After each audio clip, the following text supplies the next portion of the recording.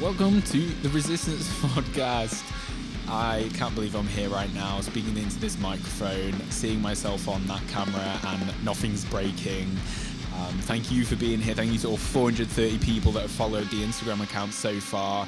Thank you to my gorgeous partner for letting me use her camera, her lighting equipment, chair.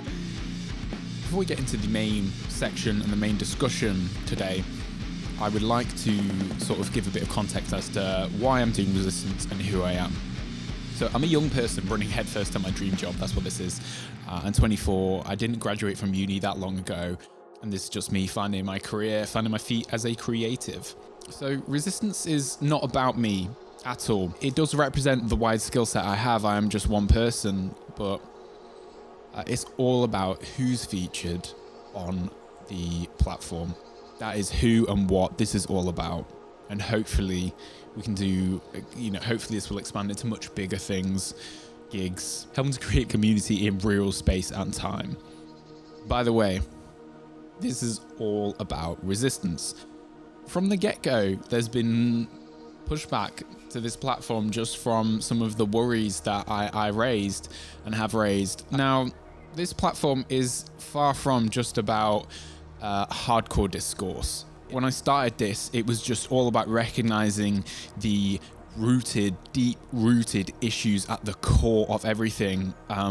We live in a capitalist, patriarchal society. It is rotten from the inside out, and things like that affect the music industry when it's ran by major labels, when it's ran by streaming services at the very top, when important things are dictated by governments and economies that affect our creative landscape. That is exactly what this is about.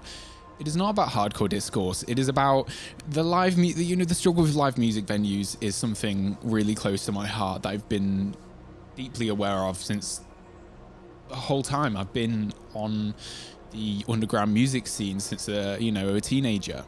There's the corruption through TikTok and social media. That is a whole other ballgame, man. Wow. Social media. And climate change as well. I want to champion the most important and all issues, as well as bearing in mind, right, the fact that we're in such a sad place with the planet and nature, where we're at with the climate crisis, and what happens on this earth to minorities, animals, the things that we're all going to face, and things that we all face on an everyday as working people in this society. This is a huge concept. That's what this is all about, not just hardcore discourse. Okay, what's my relation and relevance to heavy music? I've had various phases.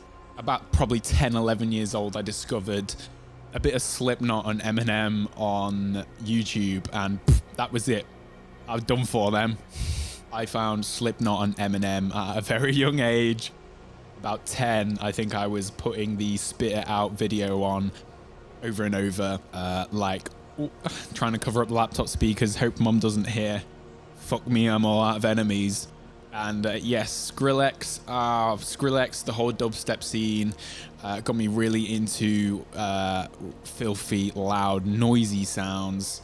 And at about 15, I got into Slipknot, the classics, the legends, the nu metal boyos, Slipknot, Korn, System, Limp Bizkit. And then not long after, bands like Thy Art Is Murder, Bring Me the Horizon, Suicide Silence. I did not follow that far afterwards, and then it got thrown into the world of deathcore not long after that. So by age 16, 17, I was thick into Spite, Traitors, Ingested. I would go to Fall in the Brawl, real OGs of the northern heavy music scene, no Fall in the Brawl. It really wasn't that long ago, but Fall in the Brawl was pivotal to me, being able to watch really heavy new local bands, new and old. I got into slam for a short period. I just wanted to be edgy. I got super invested in MySpace deathcore.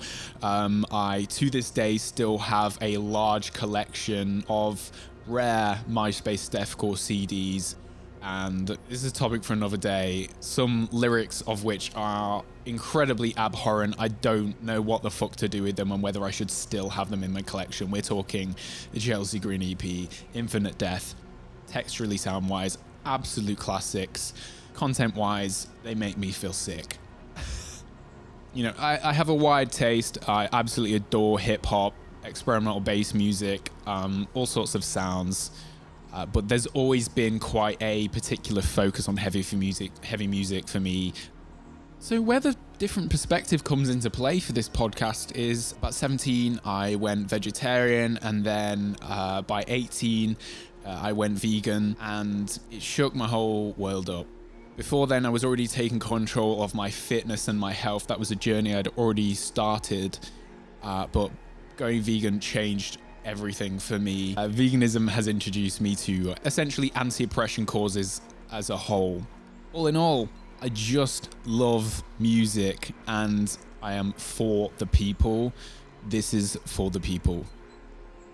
Now, I just want to mention briefly the current state of podcasts as well. So when I came up with the idea of doing a podcast, it wasn't through a personal real use of podcasts. I just saw it as a underground, like, accessible medium that's kind of like this hyper modern zine where I can like spit out quick radio broadcasts and little episodes of content in a nice, slightly larger format way than what is encouraged on social media these days.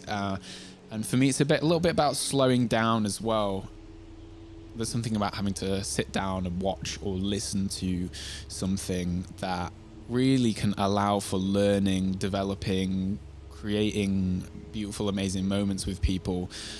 Now, there is a real problem with podcasts at the minute. It has essentially become a reel format, a TikTok format. People create fake podcast situations just for reels and TikToks just because it captures people's attention. It's what's popular. Podcasts have become a way for brands and to market now. Yeah, it's really, I just want to recognize what's going on with that, and that this is, for me, always a little bit separate from the fact that podcasts are popular. Now, something else I think is important to mention and speak about is men and podcasts. I'm here to uplift. I'm here to uplift really important messages. I, for one, am an ally to intersectional feminism. It's something I really care about. I am here to create positivity. I'm here to bear in mind the broad landscape of oppression that everyone faces in this world. Long story short, I'm doing this because it is really easy for who I am as a person to do this. I'm a bit of a talker. I'm a singer and voice user. So that's why this is a podcast. That's why there's a resistance podcast. It is not because podcasts are the thing right now. On to the topic of the podcast. One thing I want to say is that this is a woke platform. All right? That's what this is. I've had people already going, oh, fucking woke. Right. If you don't like that, if you don't like the inclusion of these topics, if you don't like the awareness of social discrimination and oppression, I don't know what to say. This is resistance. This isn't for you. And I've made a space that's woke. Okay, this is a woke space. All right, you deal with it. Don't watch or listen. This isn't for you. You know, and to any of the young people, you know, to the people that have said that. Are you like a 50-year-old racist Facebook dad? Like, what? Why are we using woke as an insult, people? Anyway, clique building versus community building. This topic is inspired by a lot of my experience and observations through years of being involved in the heavy music scene, what I've seen at live shows from the age of about 16, my first show was, and a really fascinating post I saw by a woman called Patricia who goes by pat.radical.therapist on Instagram. And she made a fantastic post about activist spaces. And it was about how we can unintentionally start creating in and out dynamics in radical spaces, activist movements and activist communities. And I thought it was just fucking fantastic. So shout out to her. It's also inspired by the reaction to the post, a post that I made speaking about how I feel about crowd killing. The reaction to that post really reflected what Patricia was speaking about in her post, and it really spoke to me. If you don't know, I had a post on the topic of crowd killing, the crowd behaviors at hardcore metalcore shows, go quite viral. It was nearly at about 1 million views. That was really reflective of a clique, essentially. It's a perfect example of a clique, and not a community. It very quickly resorted to bullying tactics in order to make sure people who enjoy and are for crowd killing quickly distance themselves from me, who is just another regular person in the scene, in the community, that just doesn't feel that way about it. Now, I'm not here to make blanket statements on music scenes. I'm not here to make blanket statements on hardcore at all. The things I want to speak about, the things I'm going to speak about, do not apply to everyone. These are just essentially conversational conclusions from my experience, from observation and discussion. When we have these conversations, it is important to recognize there are awesome people in this scene. There are awesome people who are keeping it moving. There are awesome people who put the real work in offline and are not tweeting all day. People like Northern Unrest, big shout out to them, doing the real shit. At the end of the day, we can agree to disagree, especially on the topic of something like crowd killing, because this isn't disagreeing on fascism. This is not disagreeing on feminism. This is not disagreeing on genocides and objectively what's happening to our world. This is just crowd behavior, right? I'm just trying to raise a conversation. That is all this is, something that I've seen, and it is a part of this platform to do that, which is why I have. So what is a community? Well, a community by definition is essentially inclusive and growth orientated. Now, what's a clique? A clique represents hierarchies and exclusivity, which is essentially qualities of fascism, which hardcore very much speaks out against. It is particularly about a group of people that don't socialize outside that group of people. For the most part, people are left out on purpose. That's what a clique is. And it can promote judgmental behaviors, bullying tactics, even essentially people within that clique feeling afraid to reveal their feelings or their true feelings or certain feelings on certain topics. The beliefs of a clique will come before the beliefs of one person within that clique. Why do cliques happen? Well, they don't happen for negative reasons always, right? They can have negative repercussions, but they don't happen for an inherently negative reason. They are from an innate want for a sense of belonging that we have as humans, for community, as you know, which is what this is all about. According to this quote by these researchers, PC Broderick and P. Blewett, two major forces are at work for a clique. First, the need to establish an identity, and the second, the need for acceptance and approval. So it's our need for acceptance and approval and belonging. It is normal. So this is what happens. Now, hardcore and community. The word community is often thrown around, like we say scene. It's thrown around just as if it just exists because we say it does, right? Does it? Or in heavy music culture, do we build cliques instead? Is it a scene and a community? Or are we really actually just reflecting cliques that are similar to what happens in a secondary school? Something with an in and an out group.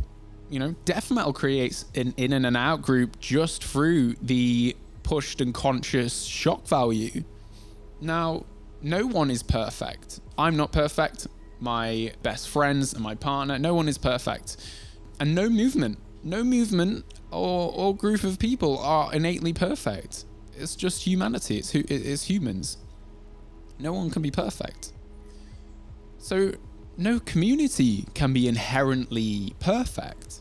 For anything to get better, we need to hold space, and this works between two people, and this works as a huge group on a massive scale. Everyone holds this responsibility. For anything or anyone to grow and get better, we need to hold space for growth, to improve, and we need to question things and have important conversations, right? So from my perception, I don't believe the hardcore scene always actually even allows for having those conversations, which is what I mean when I say, do we just throw it around community like it just exists? I think from what I've observed, some people within hardcore just assume it's this perfect concept. We are outsiders because we make this aggressive music, and we sort of hold these DIY values that are semi-rooted or have evolved from punk, right, with DIY movement. I worry that people do just think it's this inherently perfect sort of thing, like, yeah, we're cool, we're hardcore, this is it, and it doesn't need to change. And not to say that it hasn't grown, because it quite clearly and obviously has, and is observable to be incredibly different from how hardcore was in the 80s and the 90s. Now, I wasn't there, but you know what? We have the internet. I can read research papers. I can read and watch documentaries about hardcore and how it used to be. Looking at how hardcore has been in the past in New York in the 80s, 90s, it has obviously changed. And, you know, not everyone even has even close to a negative reaction or experience within the hardcore scene these days. I could not be happier that women and other minorities that have been inherently sort of excluded in hardcore in the past, as it's been a male white cis movement. I cannot speak for them, but I know that there are women and there are other minorities that feel heard and safe and feel like they have community and friends within this culture, and I could not be happier for them. But that's not to say that the opposite doesn't happen, that there are not people of color or women or disabled people or anyone from any marginalized community that doesn't still potentially experience some negativities and problems within the hardcore community or the hardcore culture. So about the post I made, it's always tricky to purvey and put across thoughts, feelings, topics online. It was quite lengthy, about 10 slides. I thought that provided an incredible amount of nuance. Now, it's social media. I don't really think everyone read it to the end, and that's where backlash and assumptions come from. So the reaction to that post said a lot to me. Now, this is my platform to create open discussions, as I've said, because I feel it's important. Now, on the topic of crowd killing, right, I cannot speak for everyone, and I do not. I can only speak for myself, I speak for my partner, I speak for the people I know. I'm an ally to all anti-oppression movements. That's my passion. That's just who I am, okay? This is resistance. You know, ever since I went vegan, I learned to educate myself on issues and try my best to be consistent with my morals and values. In the post, it was incredibly misinterpreted. People just, as social media does nowadays, twisted it right out the gate. They would take a sentence, and I've read myself referred to as the anti-moshing guy, which makes no sense because I could not feel any opposite about that. The crowd dynamic at a hardcore show and in the heavy music culture is a big part of what makes it so fantastic. Mic grabs and crowd pylons and crowd surfing and moshing, hardcore dancing. Through the misinterpretation, it very quickly turned into gaslighting, saying he said women can't do this or women can't crowd kill and women shouldn't mosh. And I did not say those things, and I do not believe those things. Of course there are women and people from different backgrounds that participate in this behavior. That's why I focused on my perspective as a man, and it was about toxic masculinity. I certainly echoed intersectional feminism in that post, because my partner's an intersectional feminist. I, as a man, try my absolute best to learn and educate and do better and break down my internalized misogyny, as every single man has. And if you have not worked to break it down, truly, the bias, the things you're born with innately in these societies, then your behaviors are inherently misogynistic. This is literally the way it is, okay? It takes work. You got to put the work in. Now, there were people that reached out to me about this post, certain bands, certain people who I'd never met before, and that was beautiful. So if you are someone that did, I am incredibly grateful for that, because you are the people that really took the weight off of the gaslighting that was happening. There was an incredible amount of hypocritical, confused language, a lot of patriarchal language going on. So a lot of the topic of it was about patriarchy and men being problematic in the scene, and I was met with lots of naughty words that I am not going to repeat. Toxic, homophobic, misogynistic language. They are not fucking buzzwords. They are point labels within social movements and radical communities. Yeah, they're valid for those that have said they're not. They're not woke buzzwords. Now, yeah, I was shat on by men who think that being emotionally conscious and socially progressive is a bad thing and is not masculine, and he must be gay. He's a wet. Now, my worry, this was a majority or a large chunk this started with. There were also people who felt worried about the conversation, and that, maybe I'd got it wrong, or that it was just inherently wrong. Now, my worry is that those that had good intentions were unfortunately standing alongside the worst of the scene, the homophobes, the problematic men that resolve in some of these scenes and bands.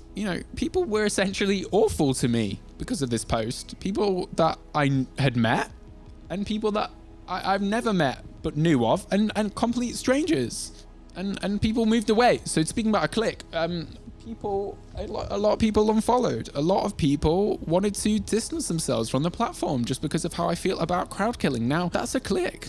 Yeah, so essentially the reaction was, push this guy out, get rid of him. He's having scary conversations that a lot of people were threatened by. Now, I think I just want to say, I called this platform resistance. I'm not going anywhere. I'm coming to shows. I still go to shows. I was never into... You can't push me out of something I'm heavily emotionally invested in, And on that topic, I understand why people reacted so aggressively, and that's because, well, hardcore can mean an incredible amount for a lot of people. It's big. It's some people's entire lives, and it's really important for a lot of people. So I understand why some feel so incredibly strong about it and feel so emotively when it's, held in different lights. Now, I really want to talk about the history of hardcore. The thoughts and feelings that I've had, my worry about, oh God, is hardcore really cliquey? There is a chunk of information online that reflects this and reflects my worries that I found quite quickly by giving a little look online. Now, there's this fantastic paper by Jonathan Mohan. I will link this will be in the show notes. I will make sure websites and sources I've mentioned are in the notes for this episode and show. And it was fucking fantastic. Essentially, it's documented within hardcore scenes, particularly New York hardcore, one of the biggest, most important pumping hearts of hardcore ever. Back in there, your social status was determined by how many shows you went to and how much you could take a fucking beating when you were at that show. So hardcore has been documented to be dominated by cis white men. And it's had a knock-on effect that I believe is rippling out still right now. that hasn't been completely eliminated. According to research, the youth crew movement of the 90s, which brought in a whole new wave of politics into hardcore, anti-fascism, veganism, straight edge, were still a bunch of toxic white men, really. And they still kind of were very male focused and excluded women, even though they had such positive values that they wanted to push. They still had a real strong herd mentality of ganging up on those who do not believe and fit their mold. It's heard of and a bit of a joke. Some people who are straight edge going and flipping the fuck out over, you know, someone at a show maybe smoking a joint. This is the kind of things we're talking about here. So regarding crowd behavior as well, and crowd killing within this and within the history of hardcore. So essentially punk is built upon freedom of choice. It is built upon expression, and forcing someone to do something that they don't want to do is exactly the opposite of what punk is.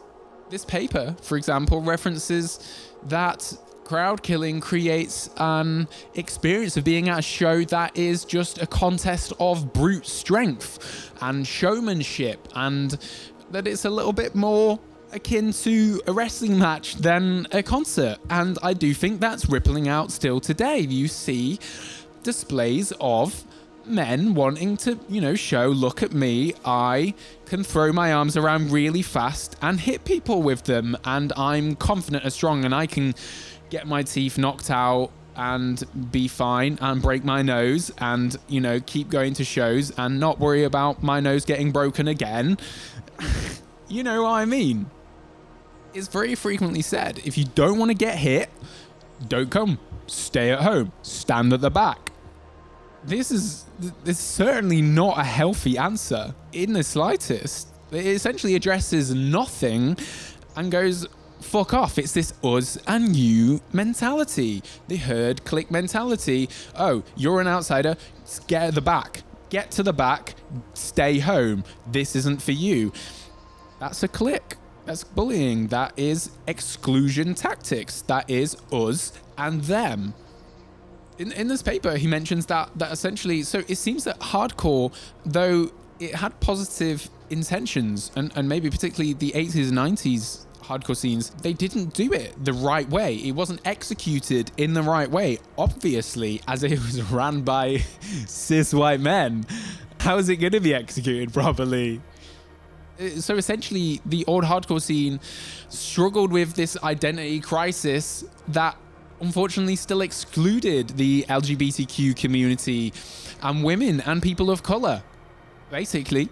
So this guy reckons that the movement was completely sidetracked by unnecessary violence becoming such an important pivotal piece of the culture, and essentially animosity towards anyone who doesn't share the exact ideals or the exact thoughts of that crowd behavior. And what it did is it let neo-Nazis in. The hardcore scene, despite having its positive intentions, allowed, unfortunately, for a space for neo-Nazis to get involved. It gave them a space. The old hardcore scene was essentially cis white men creating a rough, barbaric social structure, pack mentality. This is what we're talking about here. So what happened was that, you know, 80s and 90s, as hardcore developed, it was made to be known as a bigoted, testosterone-fueled, herd mentality, violent group of men. And it's still essentially sort of perceived in that way from outside perspectives. Now, there's this cool blog called Ex-Sisterhood X online, who I also seen a worrying post from back in 2006. I don't believe that things are much better from what they were speaking about in this 2006 article, especially considering our current world of social media domination. So, to quote them, they said, and it may not be something that's said or done, but it's in the air. These women from this blog feel the exclusion in the air. And I've felt this, not every show, but I've felt that like macho big boy club at these hardcore shows. It's a real energy. It does happen. So what are my thoughts on this and some of my experiences? Well, how I feel ultimately as someone who has been participating in this culture for a valid amount of time, I don't care what anyone thinks. It is just elitist to say you have to be involved for X amount of years, doing X amount of shows, X amount of whatever. This is what I have to say. Crowd killing is not the center of hardcore. It's not. It's not the most important thing. You know, I essentially believe that people shouldn't be so fucking ride or die for crowd killing. Because what about hardcore's DIY values? What about standing against the system? What about just enjoying the music? What about the catharsis of a show? Uplifting others, welcoming new people, community, the idea of a community for this counterculture, for outsiders that love this music. What about making friends? What about lyrics? What about the voice of hardcore? What about veganism? What about straight edge? I think there's so much better and bigger and more important things to hardcore than making sure your arms or legs collide with another person in a very specific way.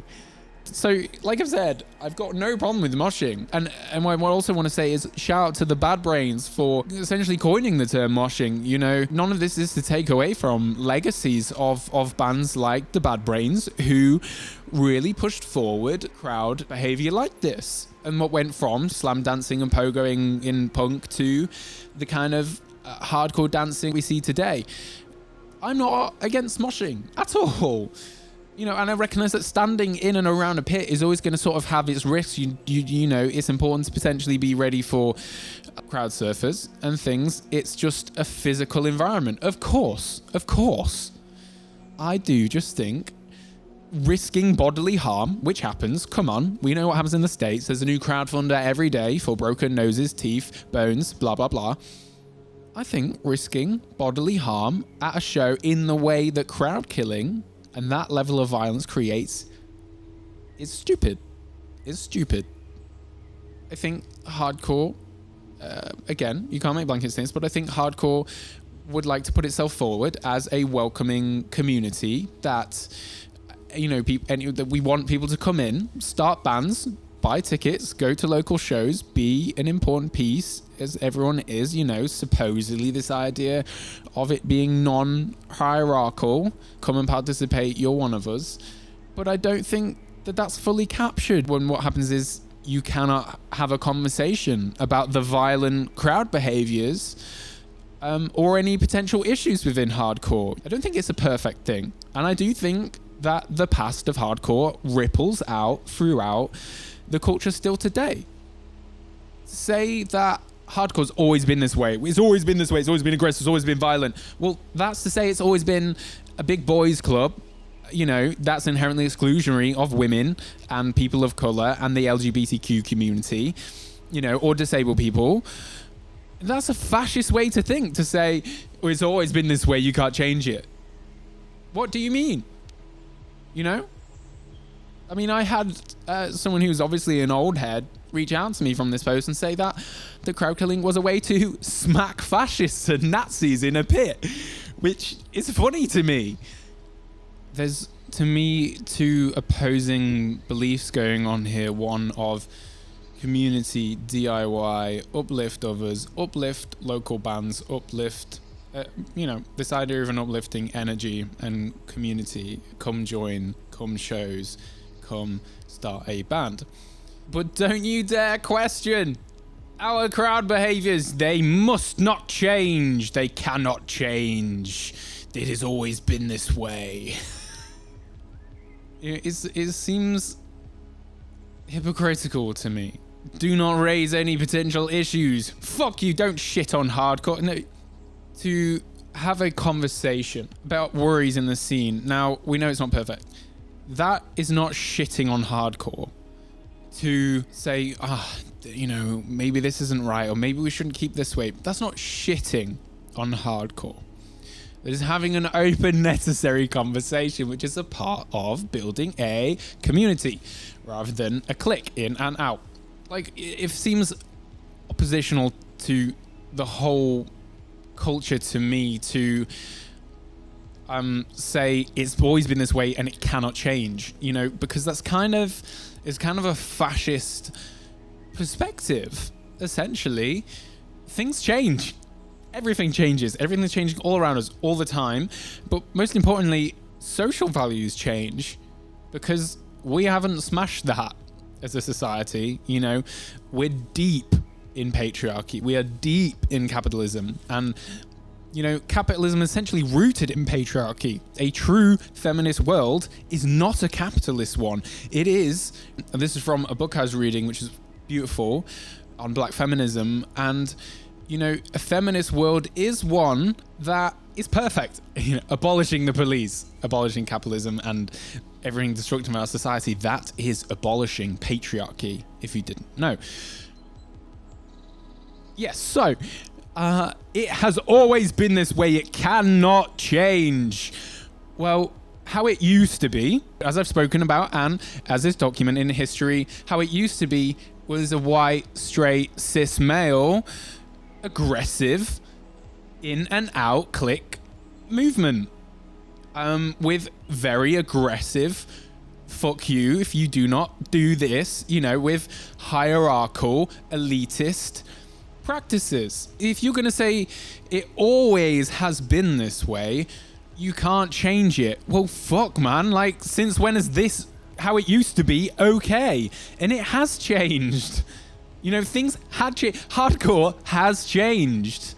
We have bands within hardcore and metalcore, okay? Come on, let's not start this debate of hard metalcore not being a valid part of hardcore. It is. It's a subgenre. It still has crowd killing. It still contains a lot of these DIY cultures. It is still valid under the name hardcore. It is used. You know, when we speak about hardcore, we can be speaking about metalcore, okay? We know this. Shout out all the metalcore bands that have their name and then say HC. It's a valid part of hardcore, okay? Real metalcore. Things change. Hardcore's changed. The forefront of, you know, some of the best bands in the scene are people of color or women, okay? Hardcore has changed. So you can't say that, you know, this is the way it has been and always will be and must be. And that's not a justification, by the way. That's not a useful way to approach a conversation about anything. It's always been this way. Yeah? We've always murdered animals. That's not okay. There are things we used to always do 100, 200 years ago. Things that people had always done to women or had always done to people of color. Things fucking change. And not to, I don't mean to take a lecturing tone. I'm getting quite passionate and speaking towards the people who potentially really disagree or have said these things. Standards change. Just to me, as I can only, like I've said, speak for myself, I believe crowd killing makes the scene less welcoming. As my friend Itsanowski has said on her channel, she's a woman who's felt that, and I know there are other women that feel that. My partner feels that. She feels that it creates an unwelcoming space. And do you know what? As someone who has been in pits for the past 5, 6, 7, 8 years, okay, my first show was in 2016. Again, not that we're counting or that it matters, Mr. Elitists. I have observed, like, violent behavior is not welcoming. It doesn't matter who's doing it. It doesn't create a welcoming space. There's so much that keeps the scene alive, you know. I am not the anti-moshing guy. I am not trying to change things. I am not the hardcore police. I can't change this. I'm having a conversation, okay? These are interesting observations. I think this is a necessary, needed conversation when we know what hardcore has come from, okay? Now, it's pretty well documented what it used to be, and I think it's pretty well documented out there, people's experiences, and, you know, how it still can be, okay? We know it's still a white male-dominated space. It is. Now, that doesn't take away from you know, all the beautiful fucking people in the scene. Okay, but that we know it is. Okay, now I'm invested, so I do appreciate and understand why it upsets people, why we have this like in and out prickle effect of, you know, don't say that, you can't say that about hardcore. It's you know, that this, you know, he's shitting on us, he's against us, you know. I understand why people had unfollowed me, you know. I was disappointed by a lot of that, but I know where it comes from. I know it comes from this love of this culture and being a part of it, you know. And unfortunately, on the more negative side of that, there is this in and out dynamic. I put myself on the outside, knowing the elitism and hierarchy that happens within hardcore, that still happens today. We know it does. The more shows you go to, the more hits you can take. That mob mentality is still there. Okay. You know, so I understand why, you know, I put myself on the outside with that. Now, you know, I've been to plenty of shows. You know, I'm very proud to the amount of shows and spaces I've been to. Again, doesn't need justifying, you know, and as I've been told by fantastic, you know, people who've been in the scene a long time, that I do not need to justify, and no one needs to justify how many shows they go to, or, you know, how long they've been involved. I feel at times, not all shows, again, you can't generalize, real cold, aggressive, violent energy at a hardcore show that is unwelcoming. Now, I am a straight white man. You know, I hate the fact I'm a man, but that's beside the point. I feel an unwelcoming, aggressive, cold, cool guying us and them feeling. Now, if I feel like that, I can only fucking imagine how some people might feel, especially from an outside perspective. People go to these shows and are like, oh my fucking God, right? We should think about that. We should think about that as people in this scene. We need to think about these things. Now, I do think social media is making things worse, okay? Especially X, and commodifying things and bringing out potentially some of the more negative things at times, okay? Now, and like I've said, this is not to take away from the real roots of the scene, which does not necessarily exist on X, on social media. It is within. Those are book shows, those are players shows, and, you know, and even those that exist, the real backbone. You know, this is never dissing the backbone of the culture. I do think there's a lot of problematic stuff online these days. Things are getting worse since COVID. That's just how it is. It's a shame, and it's awful. Okay, it's awful. Now, I want to address that. You know, not everyone. A lot of awful language was used against me. Come on, guys. We don't need to call someone gay for being woke. I am a weak, soft man because I don't think it's fucking awesome to bust people's noses open at a show and to get my nose busted open. And it scares me as well because, you know, as a movement, hardcore can be so vocal in important issues. What I've observed as an activist who exists in progressive activist spaces outside of my connection and love for hardcore, you know, as an animal rights activist and an all-round anti-oppression intersectional activist, I can and have observed some of the people that have behaved the most abhorrent and the most toxic, misogynistic, homophobic even, also throwing around free Palestine, fuck transphobes. Right. And I think there's this worrying thing, right? You know, no one's perfect.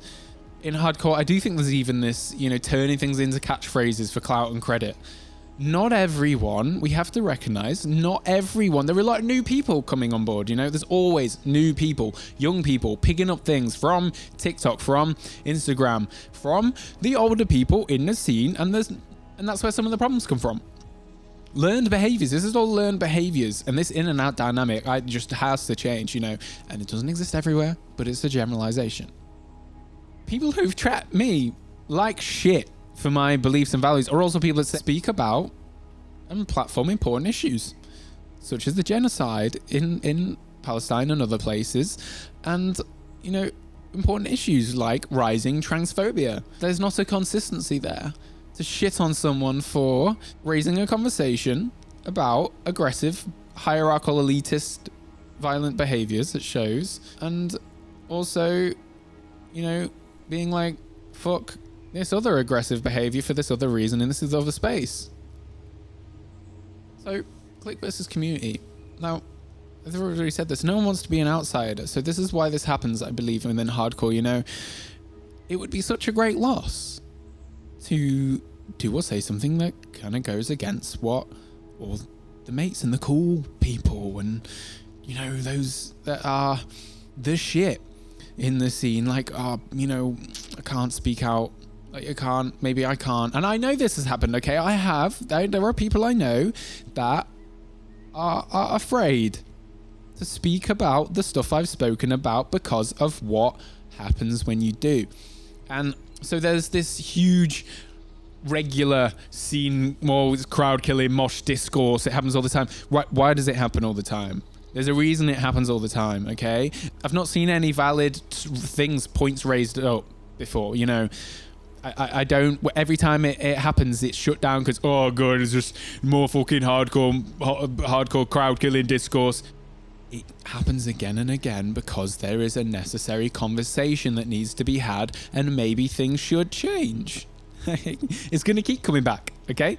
Just like you might be bugged by veganism keeps coming back, and you know, there are always things that are always going to keep being in conversation until it changes, as it always has been, you know? You know, once upon a time, being against slavery, you were in the minority, and everyone, you know, would have been, you know, afraid to speak up on it. And therefore, you were then, in that context, part of the problem, okay? So we should think about it, use these analogies. Yeah. We have to be able to have conversations. We have to, because no one is perfect. No scene, culture, community, movement is perfect. So we have to be able to have conversations, and it doesn't always seem like hardcore allows for that. I've seen some awful behavior. You know, I do not like the way I see people treating others in hardcore. It's atrocious. You know, I've been treated atrociously by some of the most some very large figures within hardcore, or at least, you know, within certain respective scenes, people in bands, people who book shows, being inherently toxic, elitist, you know, in a lot of cases misogynistic and homophobic. Let me just say this, there are, for the most part, a lot of awful men in the scene. Now, I spoke about this in this post, but I still got an incredible amount of backlash just for mentioning the fact that it is distasteful to promote violence in the way crowd killing does, in the way some bands and corners do, when there are still so many problems with patriarchy and misogyny within hardcore. Okay? Now, you know, not like I can change any of this myself, but, you know, so many vocalists will say, you are a B-word if you don't move. Come on, man. I mean, there's so many fucking neurodiverse people in this scene, for example, you know? I don't think, for example, if me or my partner or any of my other friends that have autism or are neurodiverse who feel overwhelmed, they are not a B-word because they don't feel like they're overwhelmed and they don't feel like moving, you know? Or they like to stand in a certain way, okay? Come on, like, this language, you know, I think people get carried away. I know what happens, you know, I get it, but the language has to change, okay? You know, movement, sick. Engagement, sick, but we do not need to call for fucking smash that guy's head on the floor, kill so... Come on. You can't generalize. Not every single corner, city, band, venue is like this. It's just so much variance. Some are more on the right side of this, you know? You literally got some fucking gross beatdown spaces, and you've got some fantastic fucking queer women orientated spaces, you know, in certain these are things are not exclusive. So this applies to some groups of people more than others, right? But I think there's always crossover, there's always mishmash, you know. When a show is fun, man, do I fucking love it. I've already said, like, I go to shows, I'm invested in this. I love hardcore, metalcore, this culture. Okay, there is nothing more amazing, but I do really hate being at a show and there just being a cold, aggressive, violent, like, hierarchical, cool guy energy. I hate that. I really hate that, and I've seen so much of it. And like I've said, I've seen so many people so afraid to raise issues with hardcore because you get shat on for doing it. I've experienced from the get-go how you get trapped in this scene for going against the grain, which doesn't feel very hardcore to me. Why would you, I think, as a lot of people do, as a lot of society does, especially in the UK, struggle with people pleasing.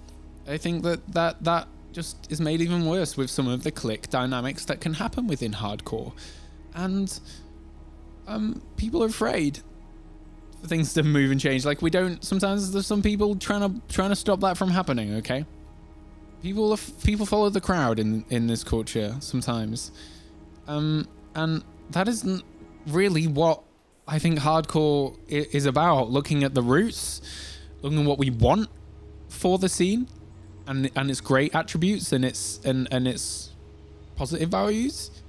Hardcore's not supposed to be about fitting in. We know it's already a melting pot from the fact that there's such a big vegan and straight edge community, and they are not always exclusive to each other. You get people that are, personally, for me, I am vegan, and that is just such a deep connection to a lot of the vegan metalcore bands, the vegan hardcore bands for me. This is the only space I can come to for heavy sounding music, for the most part, that can have a lot of people that are vegan and bands that push that message. And as an activist, I fucking love that. That is what I'm here for. They're not mutually exclusive. People that are vegan do not need to shit on those that are straight edge, and vice versa, And I do believe that veganism is inherently necessary, okay? There is a victim, behind this. When it comes to straight edge, it's important to recognize, yes, within drug trade, there absolutely are victims, and that is why I think everything should be legalized, okay? Because there are victims of this. But taking substances or enjoying certain pleasures, as straight edge sort of abstains from, only affects yourself, okay? So that is why veganism is inherently necessary. But that was a side tangent. Straight edge is a life choice that is a life choice that if it's right for you, I fucking love that. It's amazing. But we should not knock also how important plant medicines can be, even in a therapeutic healing setting.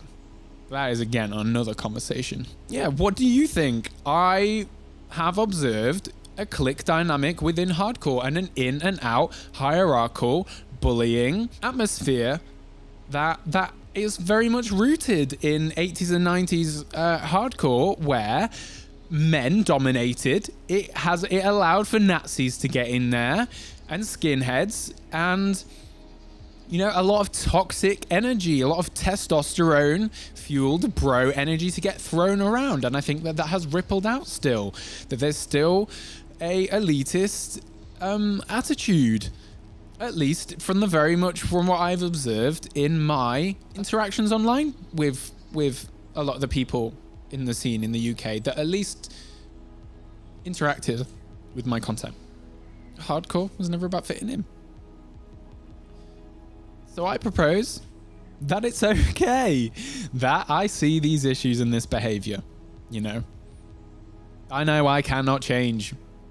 Crowd killing is still going to happen. I'm still going to keep going to shows, and it is still going to keep happening. I'm not one person that can just fucking put a fucking stop to it, like some people. Obviously, that's how everyone reacted. That's it, I guess. That's my shit. That's the point. That's what I think. Thank you so much for listening. If you really have gotten all the way this far or listened this much, then wow. I'm sorry. How was that? Was that okay? This is my first long form podcast. Anyway, Thank you so much for listening and hearing this this thought splurge. I hope there's something you got out of it, and I will link some small sorts, things I may have mentioned in the show notes and description for a little bit of extra reading and checking over things. Stay tuned for the next episode, I guess. Now, just to say, Resistance is not about me. This is just because I need to get started. I wanted to get started, but you can be expecting some fantastic, people coming on the platform from sick-ass bands, fun, chill conversations where we vibe and talk about stuff that do be happening. Now is happening. These is just also, we're also having these conversations too. If you're interested, make sure you stay tuned. Obviously, sign up to the mailing list and follow the Instagram, and you'll see it sooner rather than later. Anyway, peace.